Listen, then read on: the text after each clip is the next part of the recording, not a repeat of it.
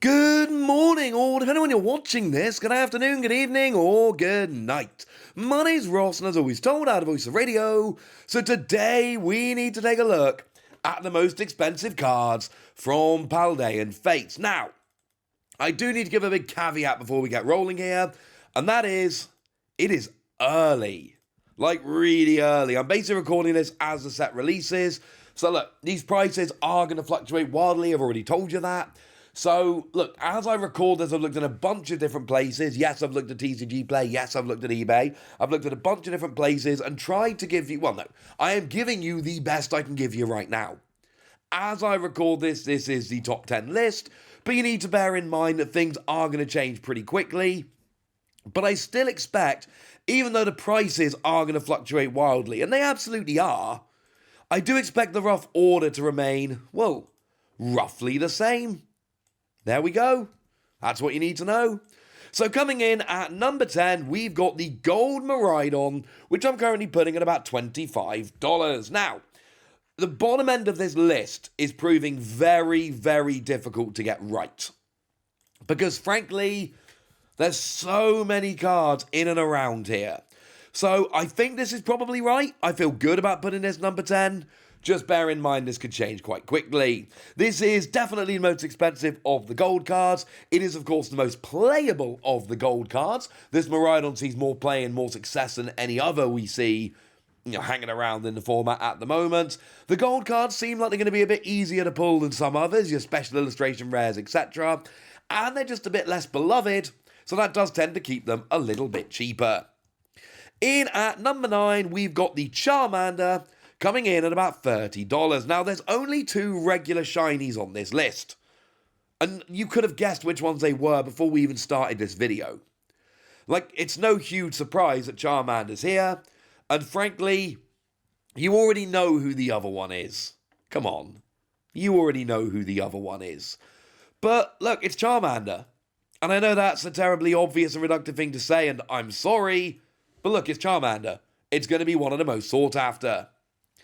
In at number 8, we've got Penny. That's coming in at somewhere around $40. As I've told you, expect these all to drop pretty quickly. And, I mean, look, Penny's a decent card, unless you pick up one of your Pokemon. It's seen play here and there, but that has nothing really to do with Penny coming in this list. It's very simply a case of Penny is a very popular character, this is a special illustration rare supporter, and special illustration rare supporters always make noise on this list. Although, if I'm going to talk about this, I need to mention for the 1 billionth time, I still think the Okacheke one from Scarlet and Violet base is better. But then it's done by Okacheke, so I am just extremely biased, and you can't really believe me. In at number 7, we've got Clive, currently coming in at around about $45. Now, this is one of my chase cards from the set. I think this is absolutely stunning. I think this is a beautiful card. I love the style of it. It's an extremely stylized card. And I really appreciate the fact that they've got so many little nods to Scarlet and Violet in here with the characters and the Pokemon. And it's a real scene in a way that a lot of cards aren't. Now, Clive as a card is not a particularly good card. You look at your opponent's hand and draw 2 cards for each support card they've got in hand. A lot of the time, that's going to get you, 2 or 0 cards. It's not very good, but the art is carrying this and the references to all the other Pokemon. I'm going to wait till this one comes down a bit. Now, in at number 6, also at $45, we've got Nemona. Now, look, I've looked at a bunch of sites. I've put them both at $45, but Nemona gets a place higher because, on average, Nemona tends to be just selling for that little bit more. And, look, this is definitely not a playability thing. This is your generic rival that lets you draw free. We've had these since the black and white era. They've always been terrible. They've never seen play. Yes, I know there are a couple of decks you can think of in the past that were very niche and did play 1 or 2 of them. I have played them in decks at a tournament. But you know where I'm going with this. They're generally terrible. But it's Nemona, and people think Nemona's cool. And we never got a fancy version of Nemona before. Now we do. For what it's worth, there is also a full art Nemona in the set, but it doesn't get anywhere near the top 10 list at the moment. Don't expect it to. Full art supporters generally don't. Now, in at number 5, it's the other regular shiny. It's Pikachu, coming in at about $60. And this honestly makes a lot of sense. It's Pikachu. When we've got a bunch of little Pokemon running around, Pikachu always wins. When we're choosing from a bunch of Pokemon like this, Pikachu is always the number one. Pikachu is the most popular. And I know some people love Pikachu, I know some people don't love Pikachu, but the fact of the matter is, whenever there is something like this, where we're comparing little Pokemon, and Pikachu is among them, Pikachu literally always wins, and that is exactly what is happening here. Pikachu wins again. It's Pikachu. People love Pikachu. And this is where we see a little bit of a gap before a pretty clear top four. Maybe.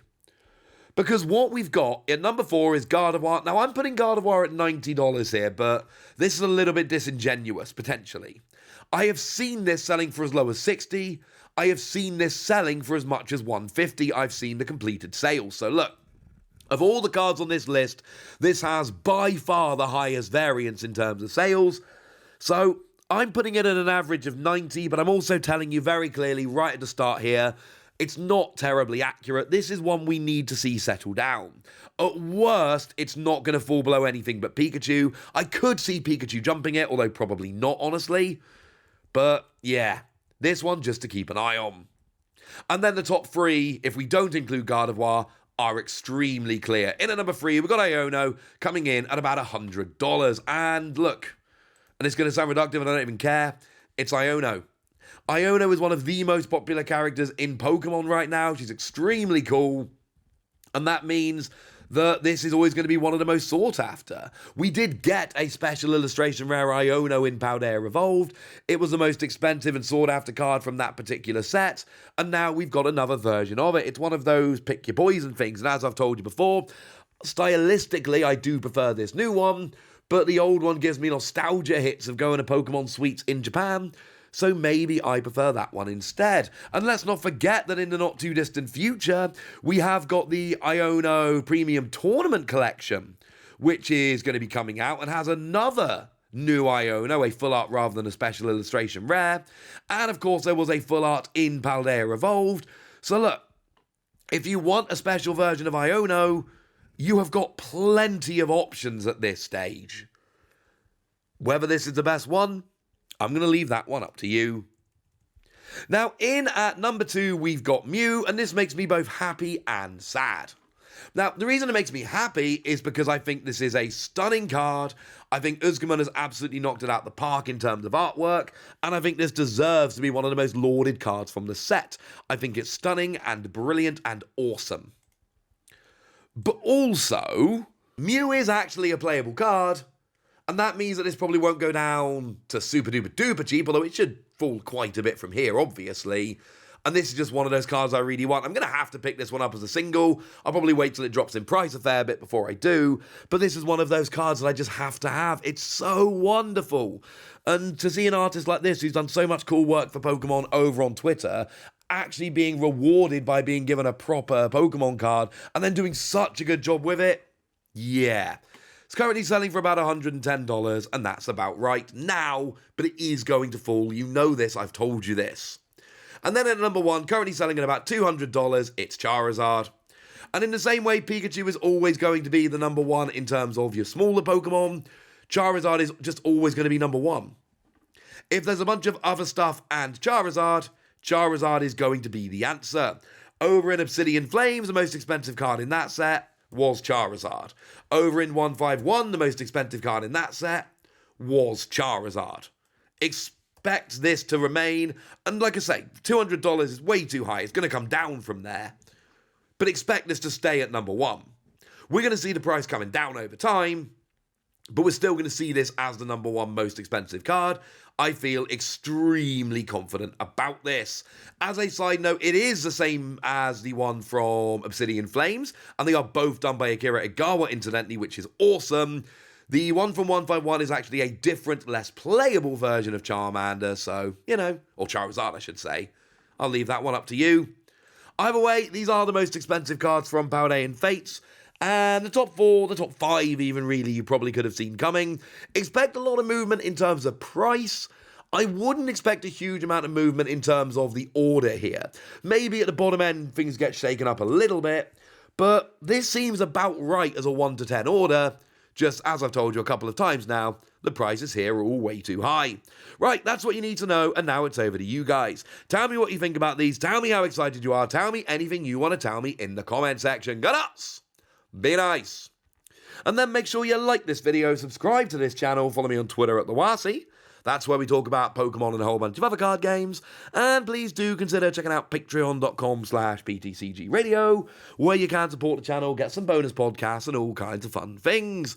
But by far the most important thing as always, look after yourselves till next time, would ya? Thank you very much for watching. My name's Ross, and you've been watching PTCG Radio.